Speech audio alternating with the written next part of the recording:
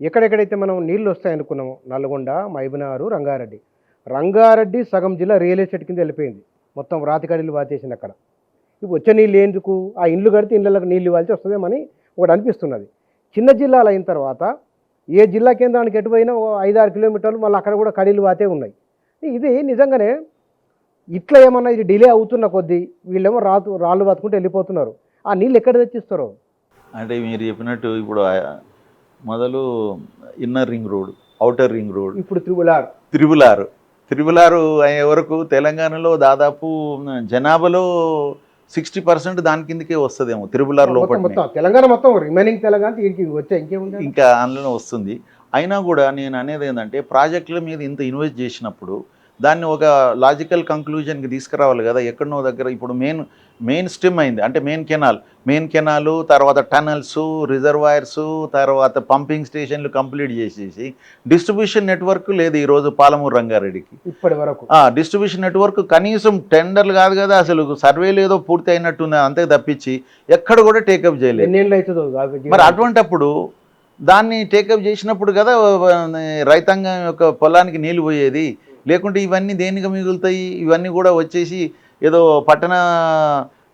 ఇక పట్టణాల్లో ఉండే వాళ్ళకు, టౌన్లో ఉండే వాళ్ళకు సాయంత్రం పూట పోయి ఆ చెరువుల మీద వాటి మీద టైం గడిపి వచ్చడానికి పనికొస్తాయి తప్పించి ఒక పర్యాటక కేంద్రాలుగా మారే అవకాశాలు ఉన్నాయి తప్పించి రైతాంగానికి నీళ్ళు ఇచ్చేటువంటిగా ఇదిగా ఊపడతలేవు. కానీ ఇప్పటికైనా ప్రభుత్వం కొంత మొదలుపెట్టి అంటే ఈ డిస్ట్రిబ్యూషన్ నెట్వర్క్ ఇప్పుడు మనకు పాలమూరు రంగారెడ్డిలో మొట్టమొదటి ఆయకట్టు వచ్చేదే మనది. దీని తర్వాత ఏది ఏలూరు తర్వాత ఏలూరు రిజర్వాయర్ తర్వాత ఉన్నటువంటి వట్టెం రిజర్వాయర్ నుంచి ఆయకట్టు స్టార్ట్ అవుతుంది.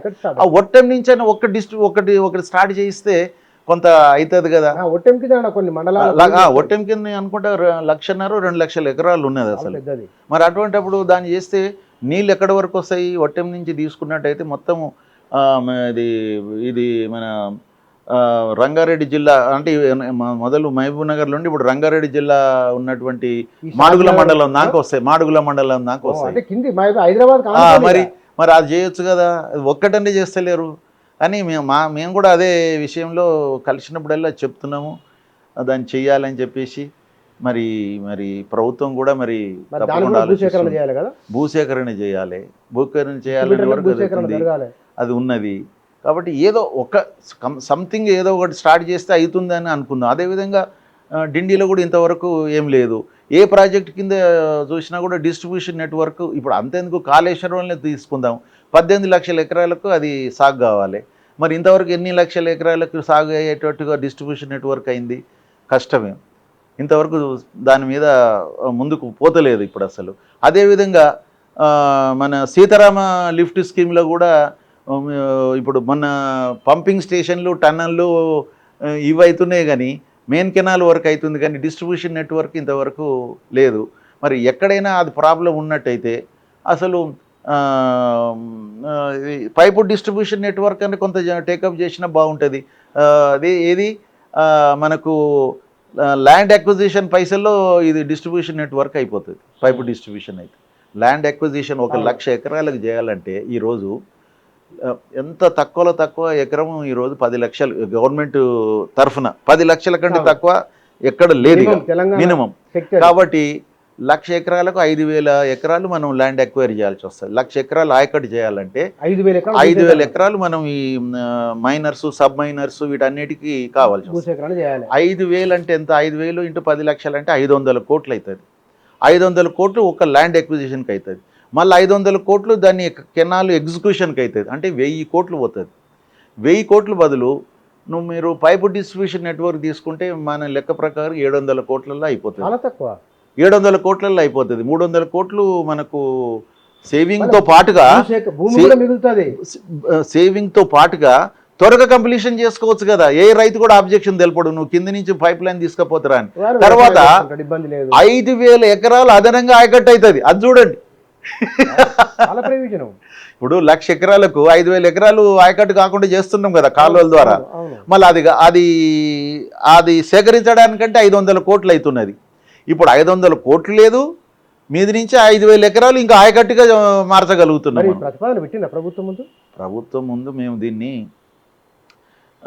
మేము లాస్ట్ టైం గత ప్రభుత్వం ముందు పెడితేనే ఆ లాస్ట్కు ఏదో ఓ దగ్గర ఇది కాళేశ్వరం ప్రాజెక్ట్ కింద 1920 ఒక ప్రాజెక్ట్ని కన్వర్ట్ చేశారు పైప్ లైన్ కింద ఒక 1.7 crores, 1,75,000 ఎకరాలు ఉన్నటువంటి ఒక డిస్ట్రిబ్యూషన్ని పైపు డిస్ట్రిబ్యూషన్గా కన్వర్ట్ చేసి పని జరుగుతుంది. ఇంతవరకు కమిషన్ అయింది కాలేదు, అది కమిషన్ కాలేదు. అక్కడికి ఇంకా నీళ్ళు రాలేదు, ప్రాజెక్ట్ నీళ్ళు రావాలి కదా, అది కూడా కమిషన్ కాలేదు. నతనడక నడుస్తున్నట్టు తెలుస్తున్నది. కాబట్టి మేము ఇప్పుడు మధ్యప్రదేశ్లో కానీ ఎక్కడ కానీ మా ఒరిస్సాలో కానీ ప్రాజెక్టు ఇరిగేషన్ ప్రాజెక్టుకు పైపు డిస్ట్రిబ్యూషన్ నెట్వర్క్తోనే వాళ్ళు శాంక్షన్ చేస్తున్నారు.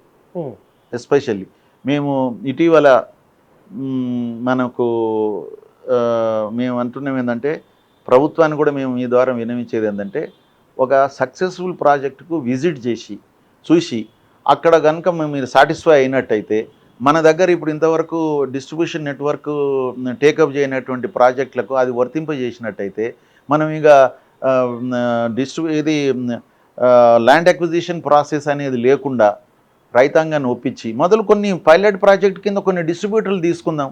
ఆ ప్రకారంగా ప్రజలకు ఈలోగా రైతాంగానికి మనం ట్రైనింగ్ ఇస్తలేమండి. ఇప్పుడు కాళేశ్వరం ప్రాజెక్టు 1,00,000 కోట్ల పైన ఖర్చు పెట్టినాం.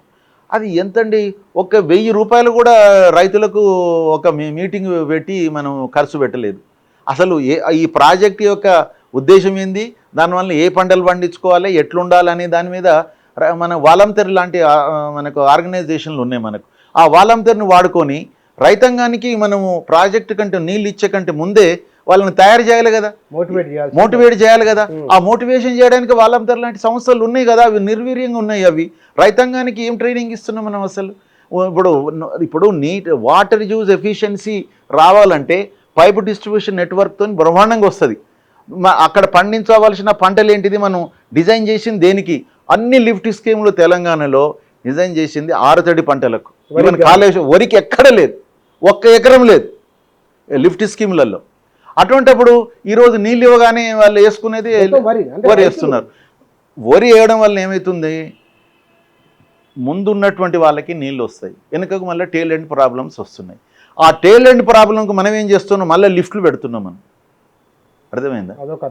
ఇప్పుడు అలీసాగర్ గుత్ప ఏంటివి అవి, నిజాం సాగర్ యొక్క టేల్ ఎండ్. అవి టేల్ ఎండ్కు మనం లిఫ్ట్లు పెట్టి వాటికి అవి ఇస్తున్నాం.